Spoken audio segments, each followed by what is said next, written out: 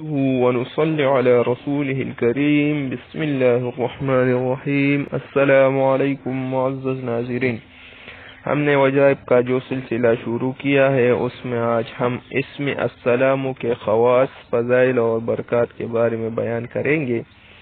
تو اسم السلام جو ہمیشہ صبح کی نماز کے بعد 1000 بار اس اسم کو پڑھے گا اس کا علم زیادہ ہوگا۔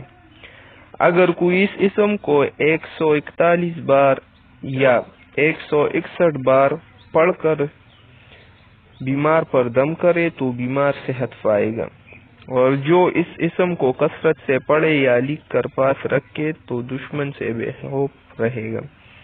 بیمار یا خائف اگر 111 بار پڑھ کر دم کرے تو بیماری اور خوف سے محفوظ رہے گا۔ یہ اسم مبارک 690 بار شیرینی پر پڑھ کر دشمن کو کھلائے تو دشمن مہربان ہو جائے۔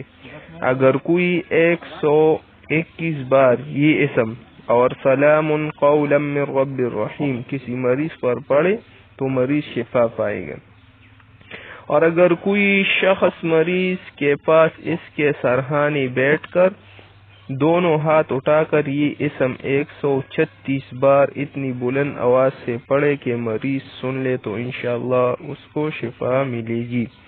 ہر نماز کے بعد 15 مرتبہ اللہم یا سلام سلم پڑھتا رہے، ہر طرح کی سلامتی ہوگی۔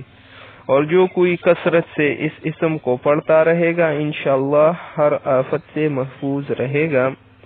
جو کوئی 115 مرتبہ اس اسم کو پڑھ کر بیمار پر دم کرے گا تو اللہ تعالی اس کو صحت و شفا عطا فرمائے گا۔ اللہ جل شانہ ہمیں اپنی ذات اور صفات پر یقین عطا فرمائے، اور اس اعمال کو جو ہے نا پوری بصیرت، یقین اور توجہ کے ساتھ کرنا ہے، انشاءاللہ مقصد میں کامیاب ہوگی۔ جزاک اللہ خیر۔